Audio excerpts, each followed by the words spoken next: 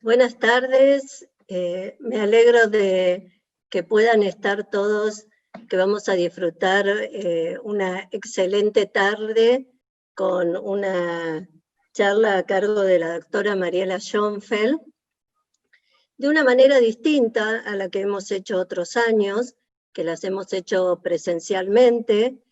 Hoy lo hacemos desde la virtualidad y les agradecemos mucho que nos dejen de esta manera, aunque sea entrar un ratito a sus hogares y conversar sobre esto que es tan importante, que es el cuidado de nuestros huesos. Yo voy a presentar a la doctora Schoenfeld. La doctora es especialista en endocrinología y es la jefa del servicio de densitometría de TESEBA.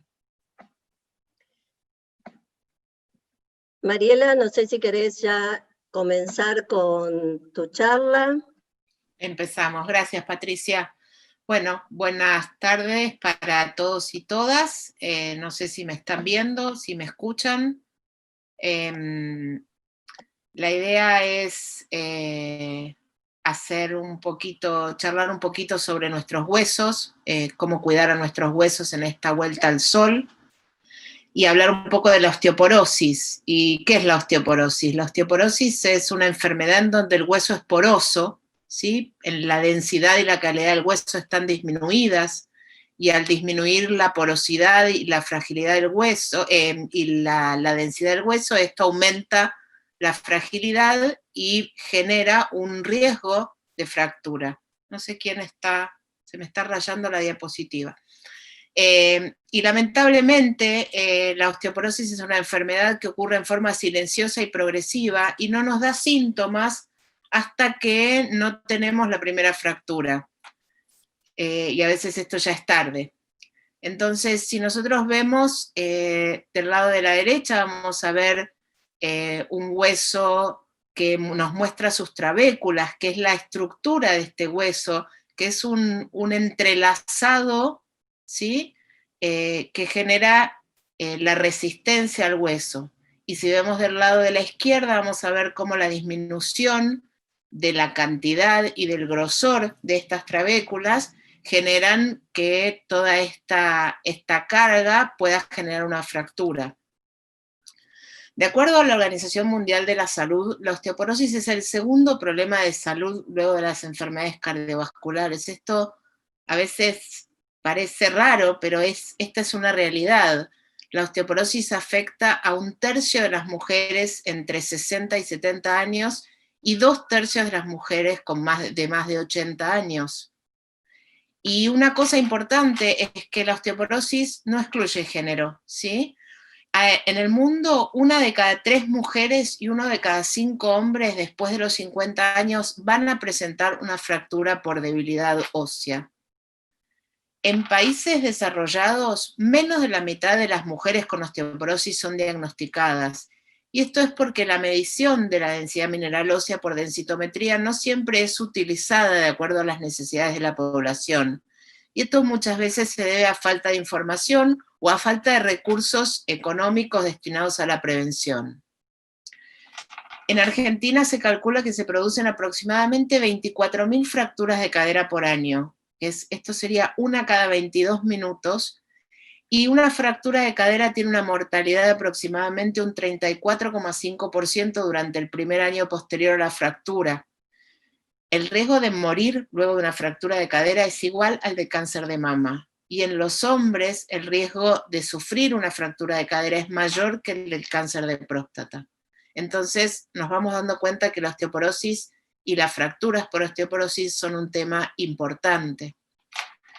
Una vez que se produjo la primera fractura vertebral, aumenta 5 veces el riesgo de que ese paciente vuelva a tener otra fractura vertebral. Por eso es importantísimo prevenir la aparición de la primera fractura. Y la mejor prevención es construir un buen hueso, y esto ocurre alrededor de los 35 años, donde se alcanza lo que llamamos pico de masa ósea. Esto no quiere decir que todo lo que pase después de los 35 no sirve, pero sí que es muy importante a dónde llegamos en la formación de nuestro hueso. Entonces es importantísimo identificar y tratar a las personas con riesgo de sufrir osteoporosis. Y para esto sabemos que tenemos factores de riesgo para osteoporosis. Y hay factores que no son modificables. Nuestra edad no es algo que podamos modificar. El sexo femenino es un factor de riesgo, como vimos antes, dijimos 1 de cada 3 mujeres y 1 de cada 5 hombres. El antecedente de haber sufrido una fractura o que un familiar de primera línea, un padre o un hermano haya sufrido una fractura por osteoporosis. La raza también es un factor de riesgo. La menopausia y la andropausia en los hombres, el uso de corticoides por largo tiempo en altas dosis y la artritis reumatoidea.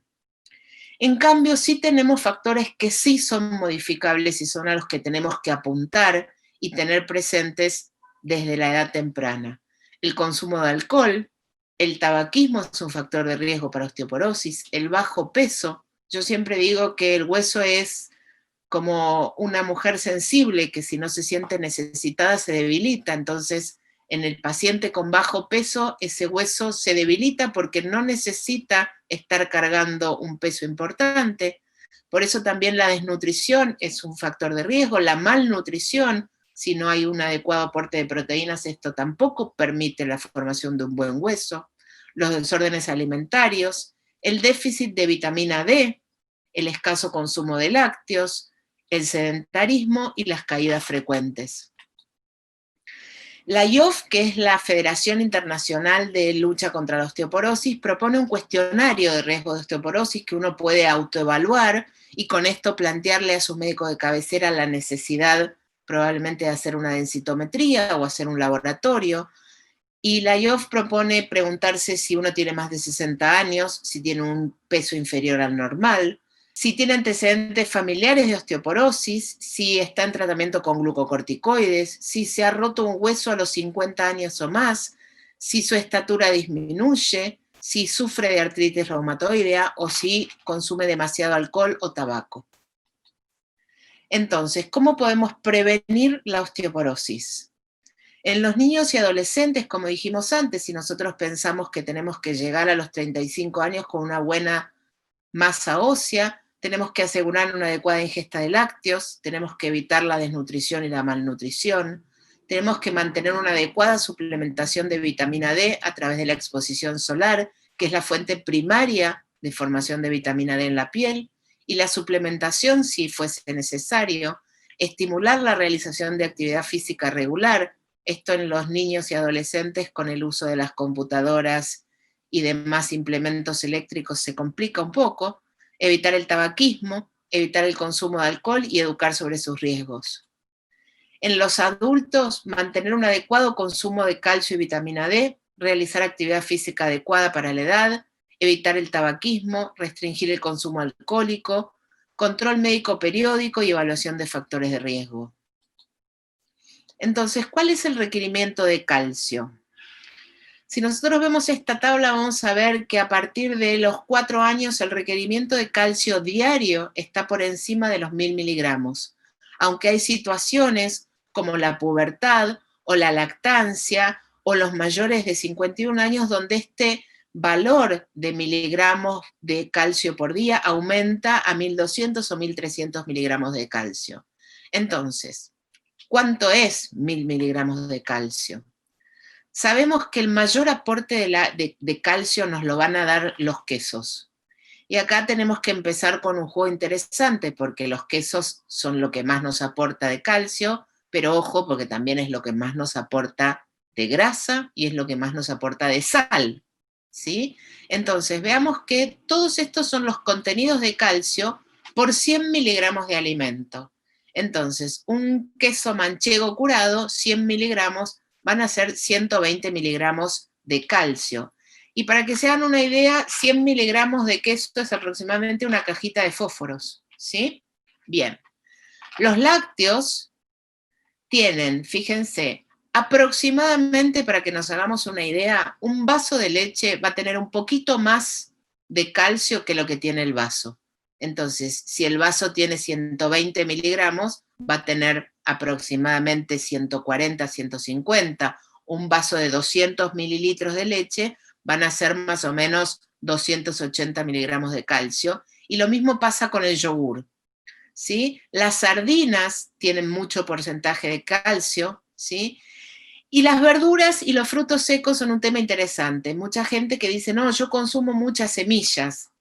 Entonces yo me propuse buscar en mi alacena y me encontré con este frasco de frutos secos, ¿sí? Si nosotros vamos a la próxima diapositiva, vamos a ver que la fruta seca tiene aproximadamente 120 miligramos de calcio por cada 100 miligramos de producto. Y fíjense que este frasco tiene 300 miligramos de frutas secas. Imagínense que 100 miligramos es muchísimo, ¿sí? Es difícil que una persona consuma tanta fruta seca por día y el aporte no termina siendo tan importante. Con respecto al sésamo, que también es algo que la gente cree que tiene mucho calcio, y es cierto, tiene mucho calcio, pero fíjense que 100 miligramos de sésamo tienen 900 miligramos de calcio. Ahora, 100 miligramos de sésamo, imagínense que este frasco tiene 100 miligramos de, no es sésamo, pero digamos es un producto similar, ¿sí? ¿Quién puede comerse esta cantidad de sésamo todos los días entonces? Por supuesto que suma, pero nunca va a ser tanto como lo que suman los lácteos. Por eso yo acá puse el queso por salud, que me parece que es un producto que nosotros consumimos bastante, y 100 miligramos de queso por salud, que vuelvo a repetir, una caja de fósforos, son 650 miligramos de calcio. O sea que es un aporte bastante interesante. Entonces, este dibujo, no sé quién me está rayando el dibujito. Este dibujo me pareció muy interesante porque nos muestra cuáles son los elementos que tienen mucho calcio. Siempre dijimos, ojo, miremos por cada cuántos miligramos de producto nos está diciendo que el yogur tiene 142 miligramos de calcio por cada 100 mililitros. En general, los yogures más chicos tienen 150 o 200 miligramos, ya estaríamos hablando de más de 250 miligramos de calcio. Pero como siempre les decía, el queso siempre va a ser lo que más aporte tenga. Con respecto a la vitamina D, como les comenté antes, es una hormona que se produce, empieza a producirse en la piel a partir de la exposición a los rayos ultravioletas, y en la latitud, por lo menos de la ciudad de Buenos Aires, más de la mitad del año no tenemos la capacidad de producción de una buena cantidad de vitamina D porque la incidencia del rayo ultravioleta no alcanza, ¿sí? Y esta es una vitamina que no se acumula en el cuerpo en una cantidad importante, y entonces la producción es necesaria que sea constante. Hay algunas controversias sobre si el valor deseado de vitamina D está en 30 nanogramos por mililitro o en 20 nanogramos por mililitro. La gran mayoría de los autores hablan de que un valor deseado es por encima de 30 nanogramos por mililitro. Fíjense que debajo, por las dudas les comento, hay un segundo valor de vitamina D porque hay algunos laboratorios que lo expresan en nanomoles por litro y esto a veces genera confusión. Entonces, si nosotros tenemos entre 20 y 30 nanogramos por mililitro de vitamina D, vamos a estar en una situación de insuficiencia. Y si tenemos menos de 20, vamos a estar en una situación de déficit. En cambio, por encima de 30 estamos en una situación de suficiencia de vitamina D, y algo que es muy importante saber para que nos deje tranquilos es que la dosis tóxica está por encima de los 150 nanogramos por mililitro. Entonces es muy difícil que con aporte de vitamina D uno se pueda intoxicar. La tercera pata de nuestra silla sobre la prevención de osteoporosis es la actividad física, y para eso invité a una amiga, a Vanessa Berraud, que es una entrenadora física, para que nos deje algunos ejercicios para que podamos hacer en casa incluso para fortalecer nuestros huesos.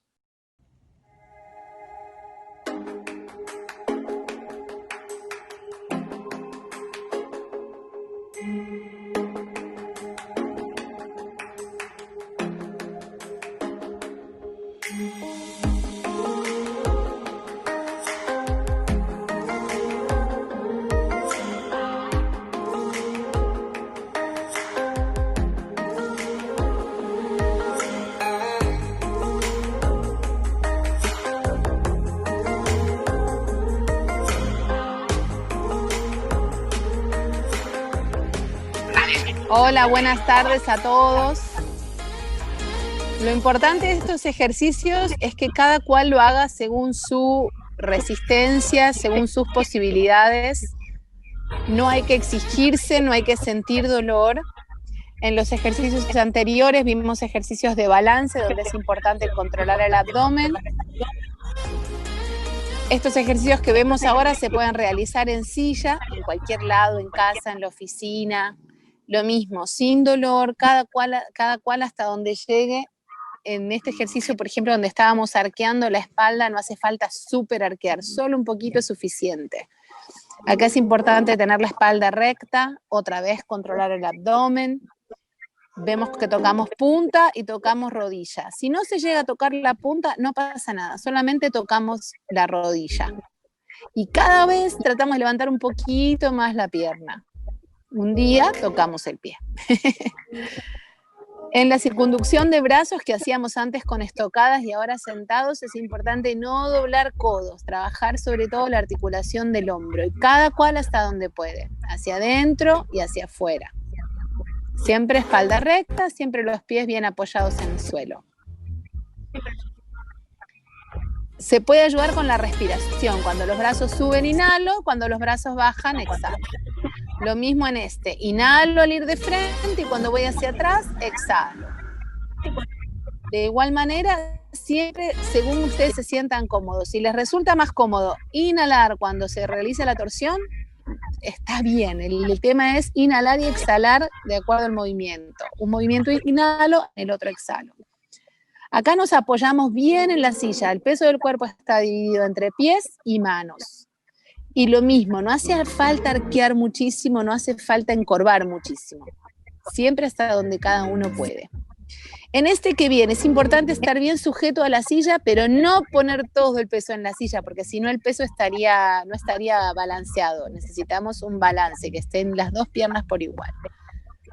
Y acá es súper importante controlar abdomen, tener la cola apretada para controlar el suelo pélvico, y si hay dolor o hay incomodidad, se baja, no se mantiene la punta de pies. Si no se puede soltar, tampoco se suelta, nos mantenemos sujetos a la silla. Lo bueno es también trabajar la coordinación, entonces está muy bueno esto de flexionar rodillas, extender, punta de pie, flexionar, extender, punta de pie. Y si le podemos agregar brazos, aún mejor, porque trabajamos el balance en todas las posiciones, en flexión, de pie y en puntas de pie. Flexión,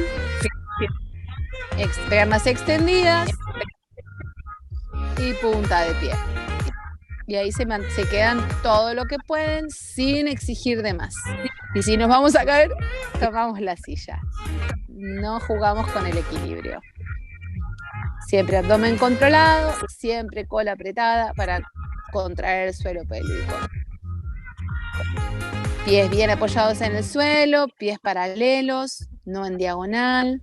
Rodillas paralelas, cuando flexionamos sobre todo, cuidado con no juntar rodillas. Acá nos controlamos bien que la pierna de abajo esté extendida y la pierna que levanto esté flexionada. Siempre manteniendo el abdomen apretado y la cola apretada. Si podemos, hacemos lo mismo con la pierna extendida, como hice al final. Acá nos controlamos que cuando bajamos toda la espalda esté bien apoyada en el suelo. Y cuando subimos, si podemos implementar la anteversión de pelvis para que las caderas suban más, mejor. Es más seguro también para lumbares. Esto es, cada uno levanta las piernas a la altura que puede, pero tenemos que asegurarnos que la espalda esté siempre en contacto con el suelo. Si percibimos que se levanta, arqueamos un poco la espalda o molesta en el cuello, abortamos el ejercicio, no se realiza, no puede haber tensión ni en lumbares ni en cuello.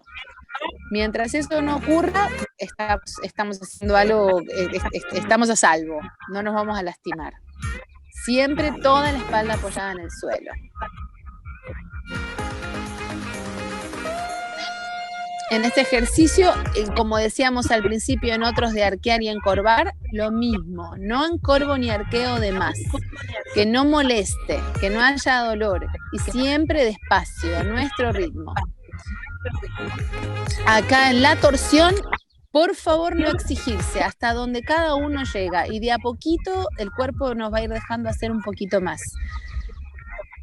Esta torsión es a través de la relajación, no a través de la fuerza.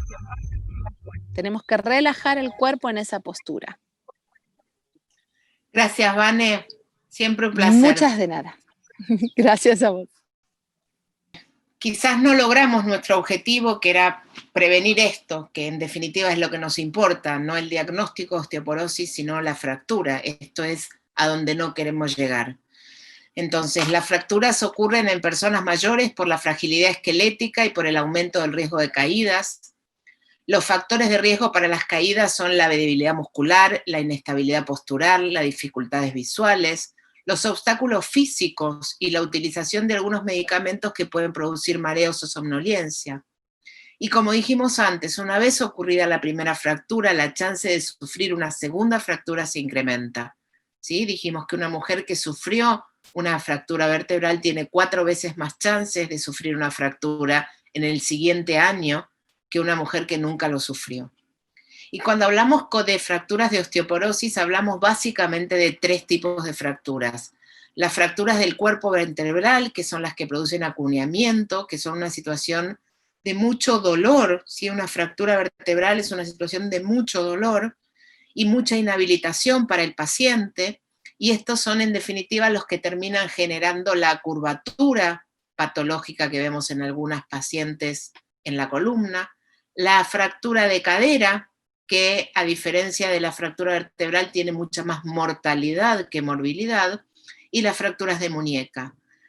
Son discutidas que las fracturas de astrágalo y las fracturas de húmero sean fracturas por osteoporosis, pero principalmente estas son las 3 fracturas que consideramos típicamente fracturas por osteoporosis.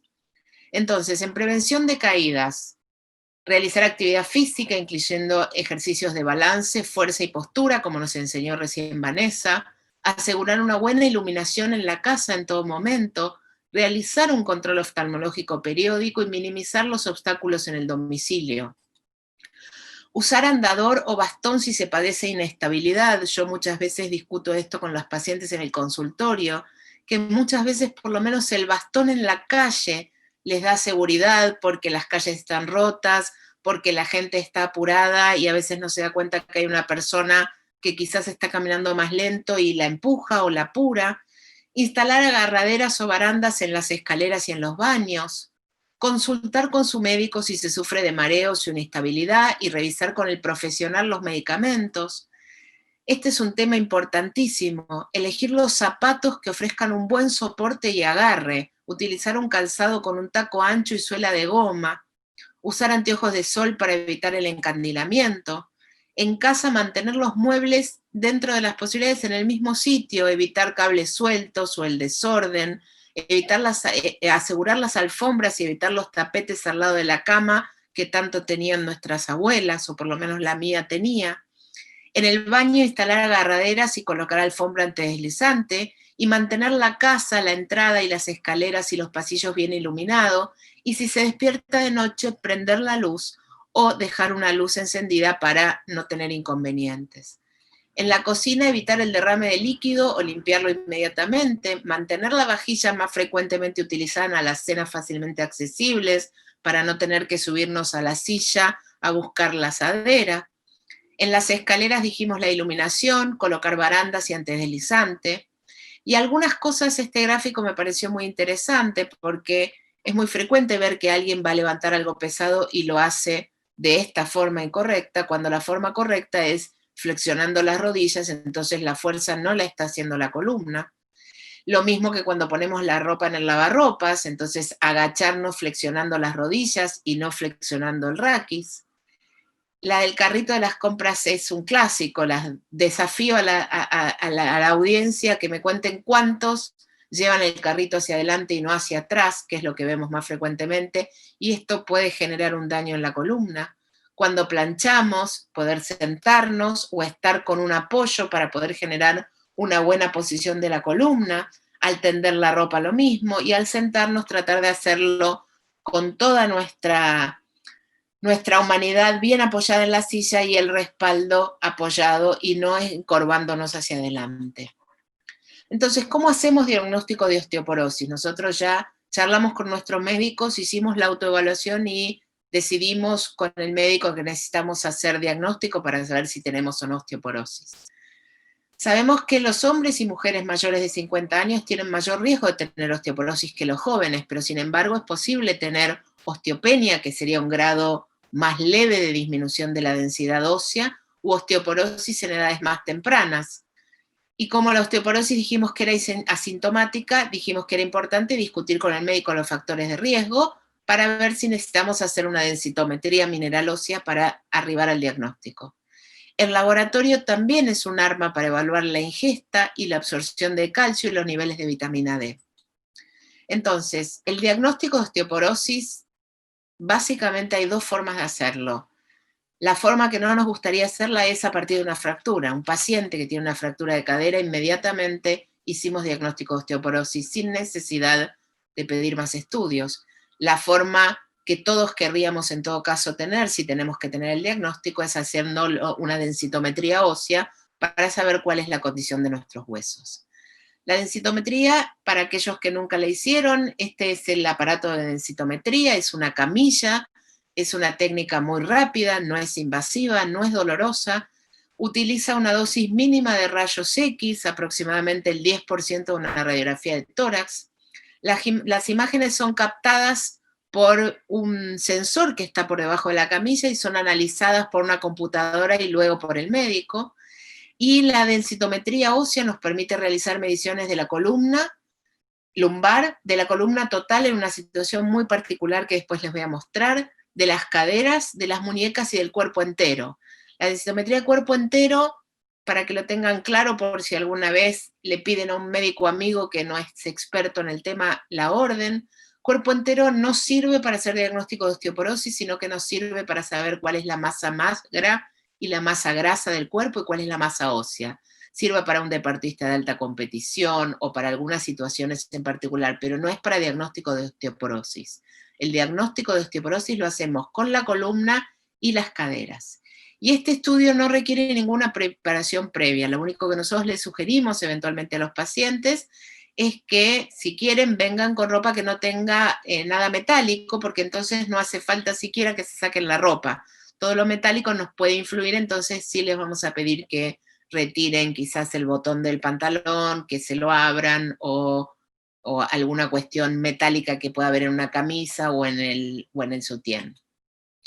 Entonces, esta es una densitometría, como vemos es una mujer joven, ¿sí? En la densitometría nosotros vamos a tener que indicarle el sexo y la raza, porque dijimos que era un factor de riesgo, entonces los valores de referencia son diferentes según la raza. Esta es una mujer joven, esta es la densitometría de columna, y esta es la de cadera. Y acá en el gráfico podemos ver el punto donde la paciente se encuentra, que está en la zona verde, o sea que tanto el estudio de la columna como de las caderas está muy bien. Esta es la misma paciente, vamos a ver otra paciente, pero también joven, vemos que tiene 37 años, el estudio de la columna, y vemos también que está en una situación muy buena. Un estudio de caderas, ya acá tenemos una paciente de 61 años, y vamos a ver que, el valor está en menos 2,9. Entonces, esta paciente tiene diagnóstico de osteoporosis. La densitometría es normal, vamos a volver para atrás. Nosotros, el aparato va a medir cuántos gramos por centímetro cúbico tiene cada una de estas vértebras, por eso van a ver que están estas rayas que se llaman ROI. ROI es área de interés de análisis, y una línea amarilla muy suave, no sé si la ven, que está al borde de la densitometría. Entonces el aparato sabe que está midiendo esto, ¿sí? Entonces nos va a dar un valor de gramos por centímetro cuadrado de cuánto tiene esa vértebra. Ese valor se compara contra un valor estándar de mujeres de la misma edad, de la misma raza, normales, por supuesto, que se hizo, y eso nos va a generar lo que se llama el T-score, y eso es lo que nos va a marcar si esta paciente tiene un valor de densitometría normal con osteopenia o con osteoporosis. La densitometría es normal hasta -1, es osteopenia si tiene un T-score entre -1 y -2,5, y menos de -2,5 es osteoporosis.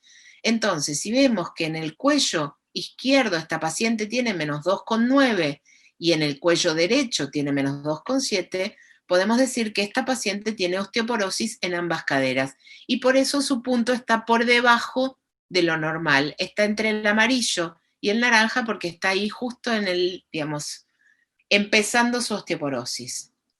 Esta es una densitometría de radio. La densitometría de radio se usa en algunas situaciones en particular. El densitómetro no permite que un paciente con más de 120 kilos suba a la camilla, entonces en esas situaciones optamos por hacer una densitometría de muñeca si necesitamos hacer diagnóstico, y en algunas enfermedades también se evalúa la muñeca porque nos da algunas pautas. Entonces se evalúa cuál es el radio ultradistal, que es la primera zona del radio, y el radio 33%, y con eso se define si este paciente, en este caso esta es una paciente que tiene una densitometría de muñeca normal. Y esta es una densitometría especial, muy particular, no le pidan a sus médicos que se la pida, porque esto es lo que se llama una morfometría vertebral.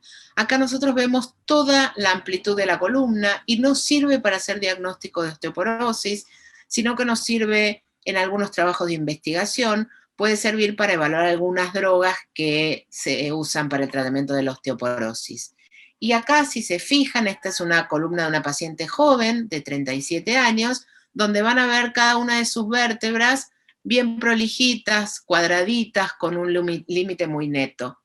Y sin embargo, en esta paciente, que es una paciente de 52 años, que tenía múltiples aplastamientos vertebrales, fíjense cómo las vértebras empiezan a acuñarse, pierden esa línea recta que tenían. Fíjense esta vértebra, que es la dorsal 12, cómo está absolutamente aplastada, la dorsal 8 también, y esto es lo que termina generando, como decíamos antes, la curvatura patológica y la joroba.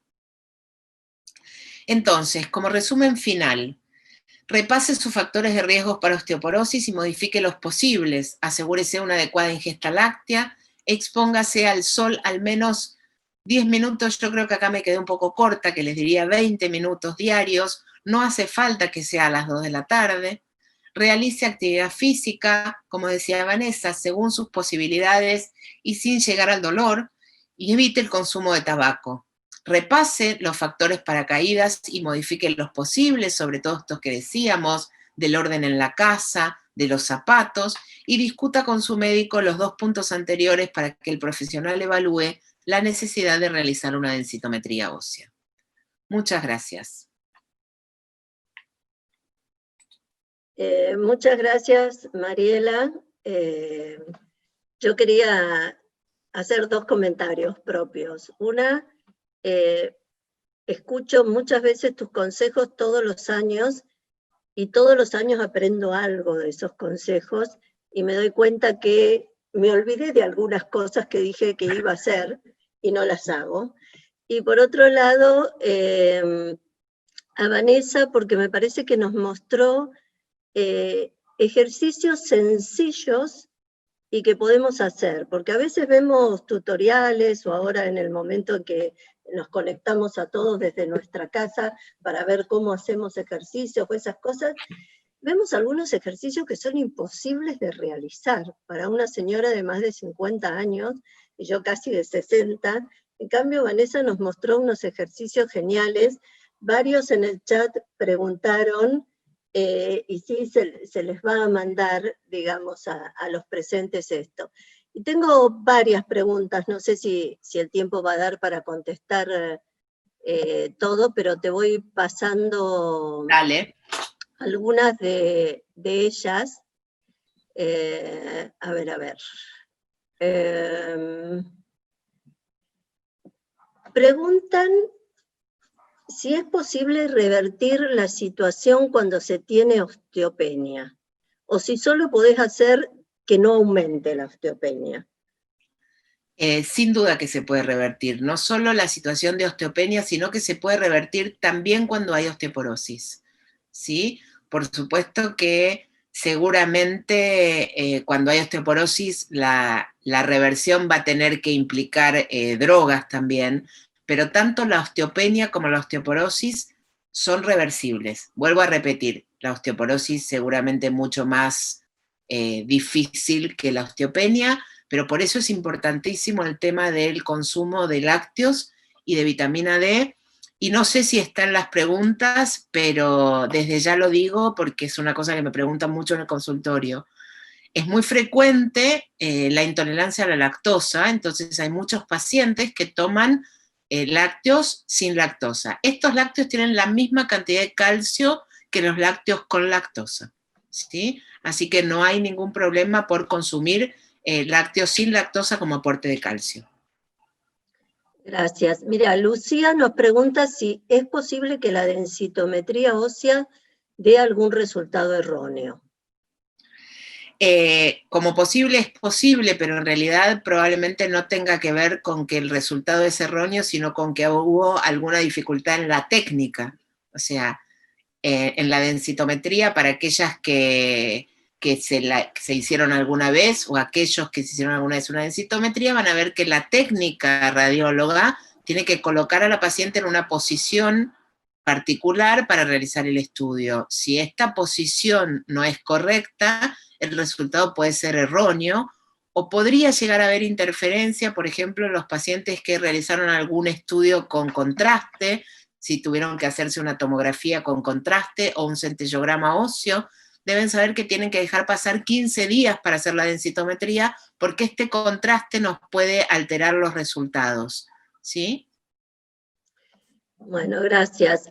Mara nos pregunta de que hace 20 días le diagnosticaron celiaquía, que tenía una vitamina D de 25, bueno, y que le agregaron vitamina D. Entonces, consulta si esto se absorbe rápido y si es necesario que ella tome más, digamos, vitamina D por su baja absorción en la enfermedad celíaca.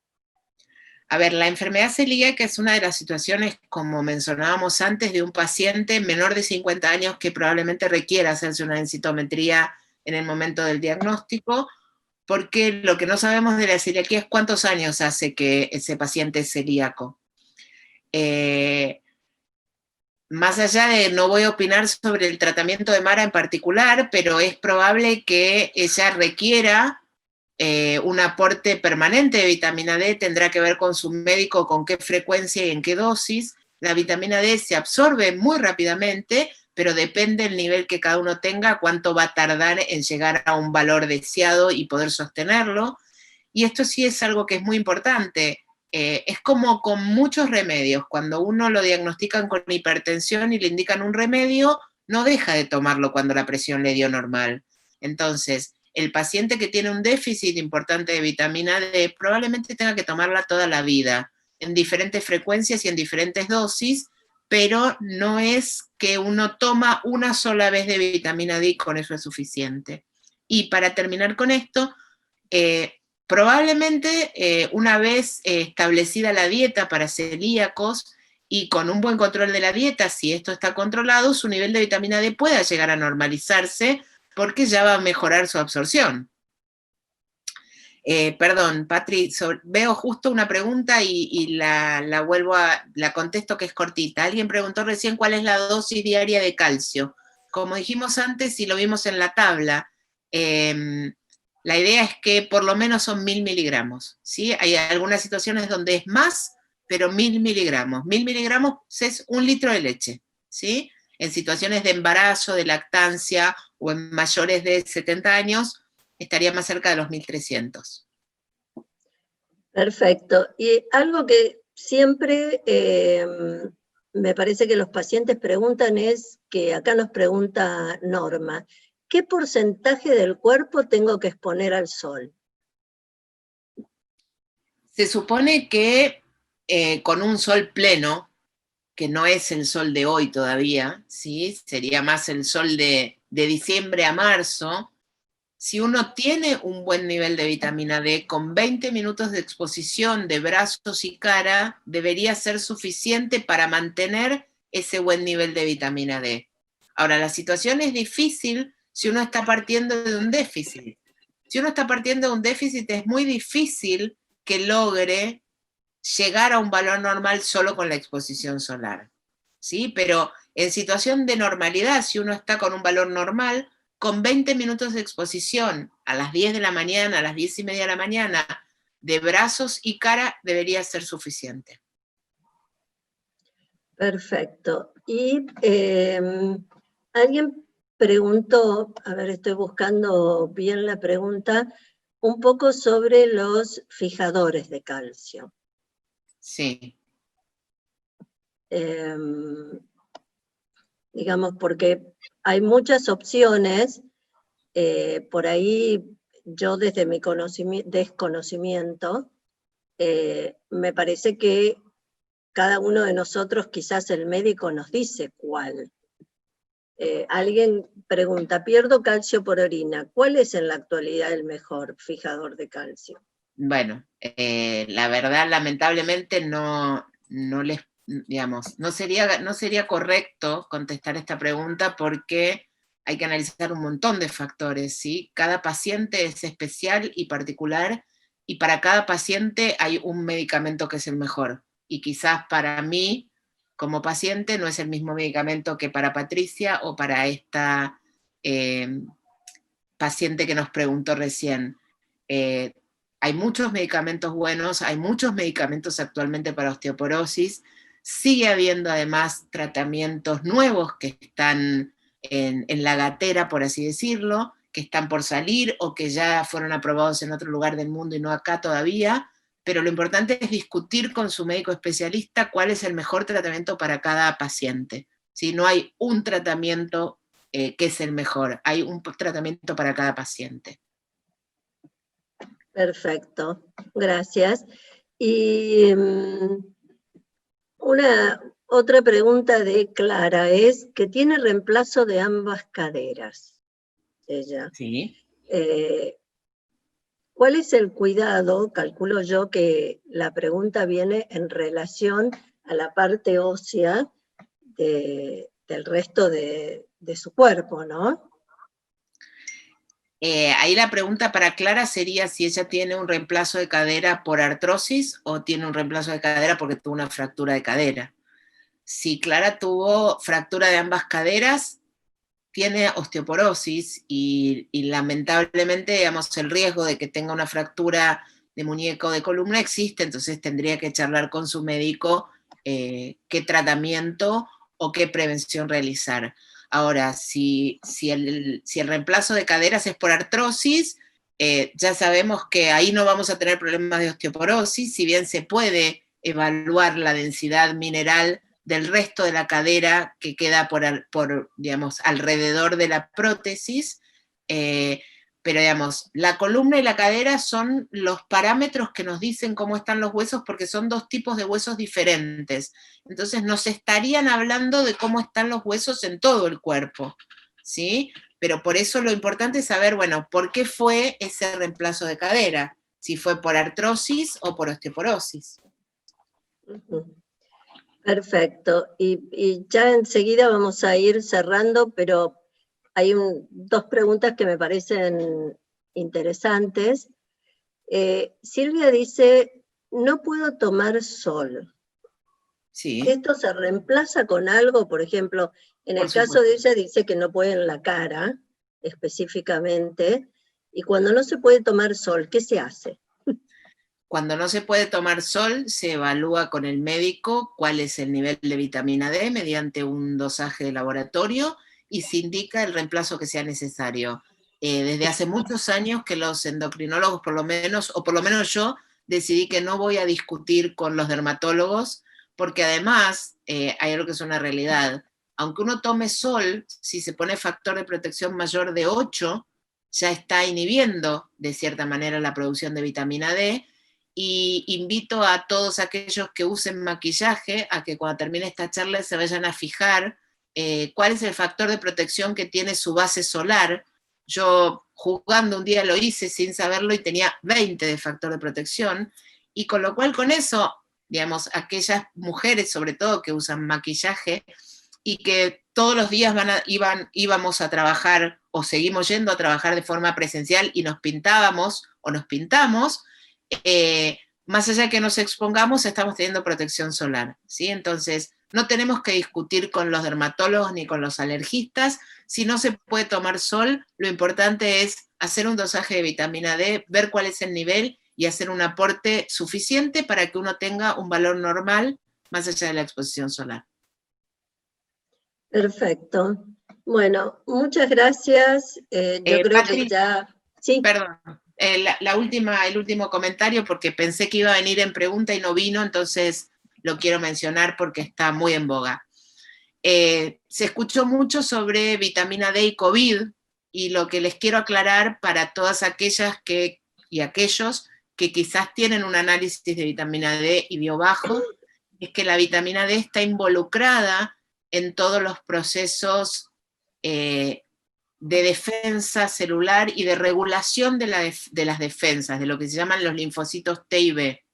Entonces, no quiere decir esto que porque uno tenga un buen nivel de vitamina D no va a tener una infección por COVID, ni tampoco quiere decir que si tiene la vitamina D baja vaya a tener una infección por COVID. La vitamina D se conoce como un modulador de la inmunidad de muchas otras infecciones también. Entonces, es importante tener un buen nivel de vitamina D, como dijimos, por los huesos, y en este momento en particular, digamos que la idea es que si uno se va a tener una infección por COVID y tiene un buen nivel de vitamina D, lo más probable es que tenga una reacción inmunológica menos agresiva, que no tenga tanta agresión al propio cuerpo. Pero no quiere decir, para que se queden todos tranquilos, que si uno tiene la vitamina D baja, va a tener una infección por COVID.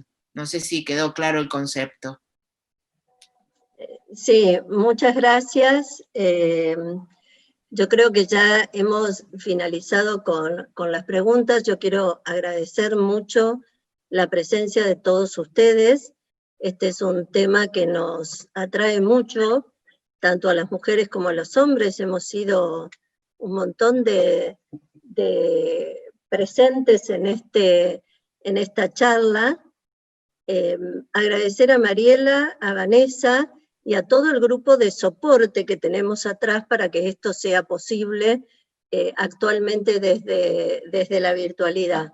Y le voy a pedir a Karina, al grupo de soporte que ustedes no ven, a ella en representación de todos, que haga este cierre, y nuevamente agradecerlos a ustedes que nos han dejado de alguna manera entrar una horita en sus vidas con esta charla, ¿sí? Perdón, Patri, un minutito. Yo te agradezco a vos, como siempre, sin duda al equipo de soporte, a Vanessa por haber colaborado con esto. Se nos ocurrió esta idea y me pareció que fue muy dinámica y linda. Y no quiero dejar de agradecerle al equipo de técnicas radiólogas que trabajan con nosotros en TESEBA, que son las que atienden a ustedes a diario cuando van a hacerse los estudios y que son de gran ayuda para nosotros. Así que a todas ellas muchas gracias.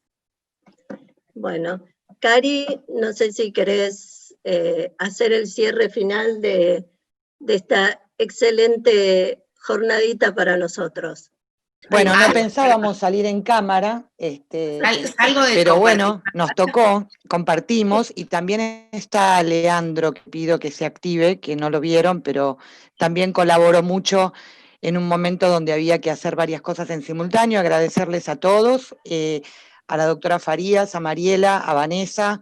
Ha sido un lindo desafío hacer esta actividad en forma virtual. Muchas de ustedes seguramente han estado otros años en forma presencial en otras actividades que hemos realizado.